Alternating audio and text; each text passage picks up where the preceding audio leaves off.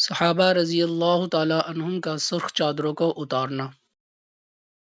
حضرت رافع رضی اللہ تعالی عنہ کہتے ہیں کہ ہم لوگ ایک مرتبہ سفر میں حضور اقدس صلی اللہ علیہ وسلم کے ہم رکاب تھے اور ہمارے اونٹوں پر چادریں پڑی ہوئی تھیں جن میں سرخ ڈورے تھے۔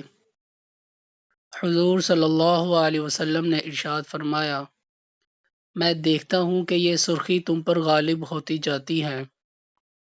حضور صلی اللہ علیہ وسلم کا یہ ارشاد فرمانا تھا کہ ہم لوگ ایک دم ایسے گھبرا کے اٹھے کہ ہمارے بھاگنے سے اونٹ بھی ادھر ادھر بھاگنے لگے اور ہم نے فوراً سب چادریں اونٹوں سے اتار لیں۔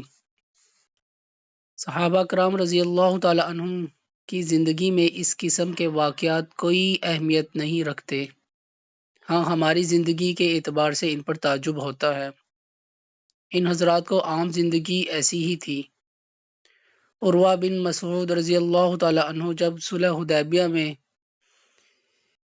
جن کا قصہ باب نمبر 1 کے نمبر 3 پر گزرا، کفار کی طرف سے قاصد کی حیثیت سے آئے تھے تو مسلمانوں کی حالت کا بڑی غور سے مطالعہ کیا تھا اور مکہ واپس جا کر کفار سے کہا تھا کہ میں بڑے بڑے بادشاہوں کے یہاں قاصد بن کر گیا ہوں، فارس، روم اور حبشہ کے بادشاہوں سے ملا ہوں، میں نے کسی بادشاہ کے یہاں یہ بات نہیں دیکھی کہ ان کے درباری اس کی اس قدر تعظیم کرتے ہوں جتنی محمد صلی اللہ علیہ وسلم کی جماعت ان کی تعظیم کرتی ہے۔ کبھی ان کا بلغم زمین پر گرنے نہیں دیتی، وہ کسی نہ کسی کے ہاتھ پر پڑتا ہے اور وہ اس کو منہ اور بدن پر مل لیتا ہے۔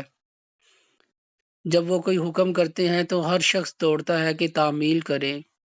جب وہ وضو کرتے ہیں تو وضو کا پانی بدن پر ملنے اور لینے کے واسطے ایسے دوڑتے ہیں گویا آپس میں جنگ و جدل ہو جاوے گا، اور جب وہ بات کرتے ہیں تو سب چپ ہو جاتے ہیں، کوئی شخص ان کی طرف عظمت کی وجہ سے نگاہ اٹھا کر نہیں دیکھتا۔